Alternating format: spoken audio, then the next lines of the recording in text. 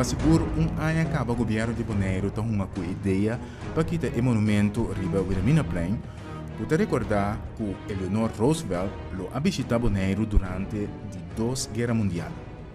De dia de hoje, não tem evidência que é casado de Franklin Delano Roosevelt, presidente de América, da quadra com verdade.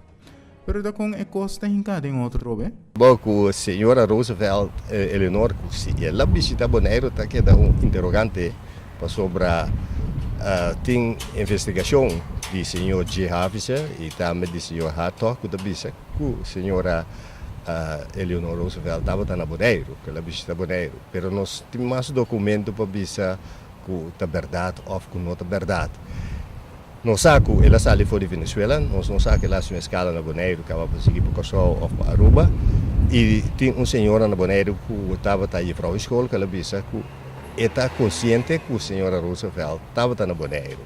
E tem mais pessoas que dizem que a senhora Roosevelt se ela vem Bonaire como casada do presidente Roosevelt, que essa é tudo associado de secrecia sobre a senhora, não por cospo passa com a senhora que está visitando a soldado americano que está em Israel.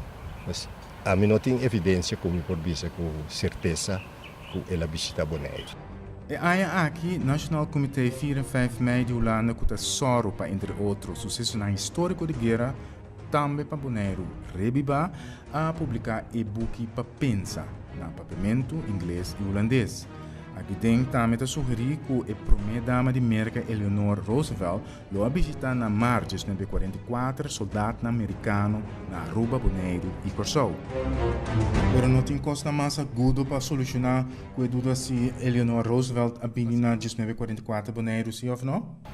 A unificação que é dúvida aqui por tempo Bonaire, tá?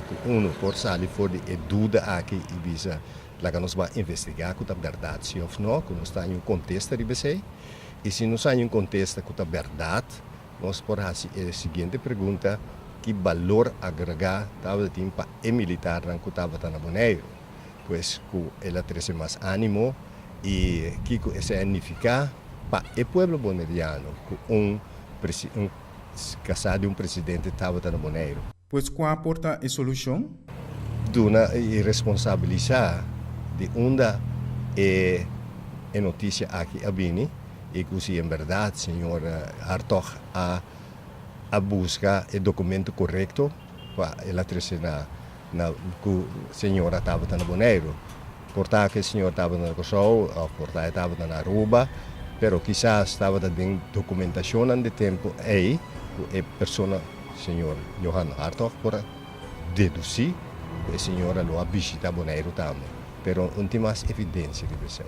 Se é visita no outro lugar, está no seu lugar para quitar o placate, fora do lugar que ele quer.